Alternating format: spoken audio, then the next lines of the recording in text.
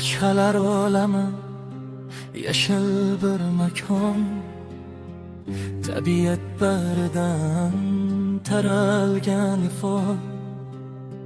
Har shoxi bir hikmat, har igna bir jon, ko'ngillarga rohat beradi ishon. Yashilik nafasi kirar har uyga, mehr olib kelar qallardan qalga. Qishning sovug'ida turar tik mardon, sabrni o'rgatar jim turar harom. Archalar olami, nurli bir maskan, yashilik kuylaydi havlarda hardam.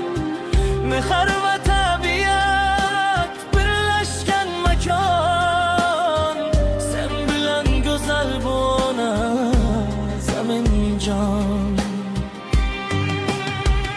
Archalar olami, nurli bir maskan, qalblarga berasan kuch va ishoncham.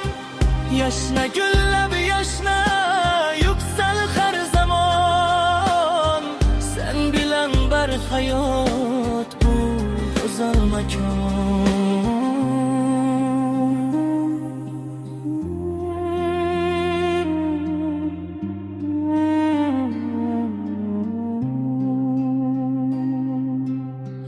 Bu yerda mehnat bor mehli qol, har ko'cha tortida turar ezgu yo'l.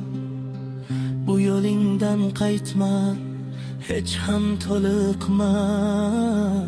Archalar olami, senga nurli yo'l. Har kimning uyi aylansin yashil makonga, har tomoni go'zal bug'roqlarga.